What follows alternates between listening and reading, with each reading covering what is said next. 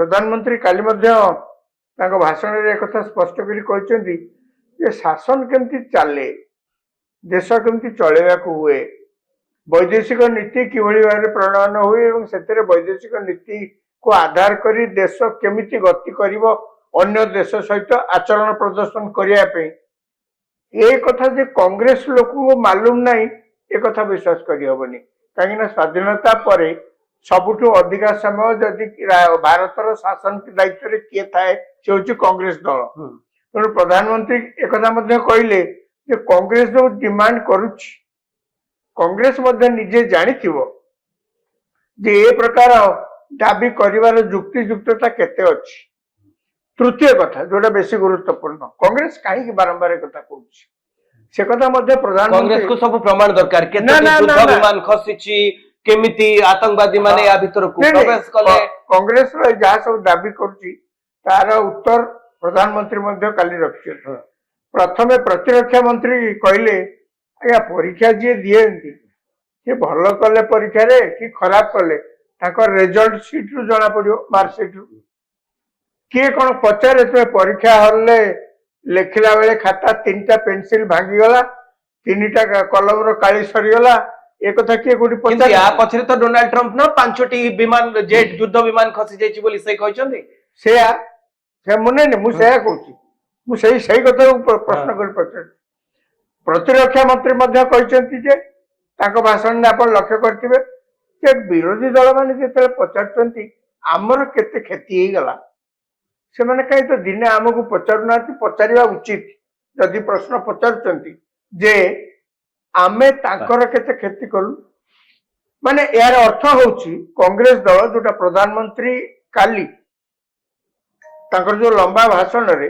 जो 2-3टी प्रसंग उपर स्पष्टता आनिचंती ता भीतर ये गोटे प्रसंग जे बड़ दुखर विषय जे आमर जे विरोधी दल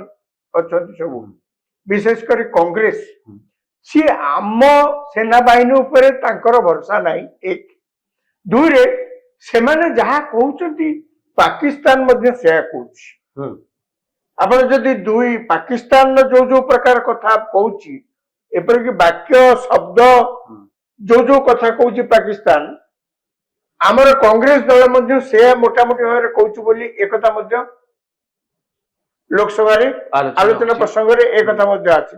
खाली पाकिस्तान रो तथ्य को कांग्रेस प्रोत्साहित करूची खाली सेति ने प्रधानमंत्री एकता मध्ये खाली ताक भाषण ने कहिसेंती ये होची आर्टिफिशियल इंटेलिजेंस रो जुग एई जुग रे दुईटी कथार महत्व बेसी गोटे होची इनफॉरमेशन माने आपनक पाखरे कोन खबर अछि दुई रे आपण जे खबर को व्यवहार करी बा आपण की बळी भाबरे जनमत सृष्टि करि परछन जे जेते जनमत सृष्टि करि परला से सेते बढ़िया समझ भाबिए सतटा कोन ताकू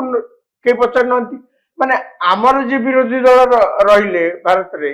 बा विशेष करी कांग्रेस पार्टी से माने जाई कि सिना जनमत सृष्टि करिया कथा भारत सपक्ष रे जो थे कि भारतर सेना बाहिनी मनोबल बढ़िबो जो थे भारतर जनसाधारण मनोबल बढ़िबो जो थे आम शत्रु आम विरुद्ध रे विभिन्न आंतर्जातिक फोरम रे कहया पे सुयोग पाइबेनी एक कथा न करी कांग्रेस दल मोदी को विरोध करने को जाई आम प्रधानमंत्री को विरोध करने को जाई से एभली आचरण प्रदर्शन करछथि जोटा अमेरिका एक पाकिस्तान को सुहाउची जोटा आम शत्रु राष्ट्र को सुहाउची मोर कहया कथा होची से द्वितीय कथा प्राइम मिनिस्टर जहा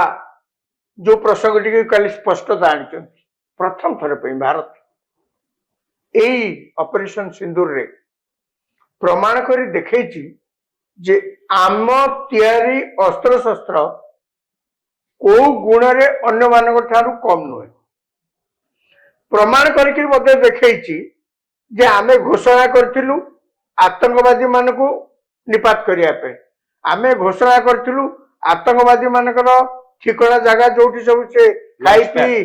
खाई पी बड़ुच भागलपुर मुरीद के भागलपुर मुरीद के ताकू माटी रे मिसैबु एवं सेया मध्य एकथा कला बेले आम तैयारी ड्रोन आमे व्यवहार करछु आम तैयारी मिसाइल आमे व्यवहार करछु आम इच्छा मुताबक आमर पायलट्स माने आमर फाइटर प्लेन माने जाई कि सेठी ଏଇ କାମ କରିଛନ୍ତି ଆକ୍ରମଣ କରିଛନ୍ତି ଏବଂ ସବୁଠୁ ବଡ କଥା ହେଲା ଏ କଥା କଲା ବେଳେ ଭାରତ ପାକିସ୍ତାନର ସାଧାରଣ ନାଗରିକ ଯେମିତି କ୍ଷତିଗ୍ରସ୍ତ ନ ହୁଅନ୍ତି, କାହାରି ଜୀବନ ହାନି ଯେମିତି ନ ହୁଏ,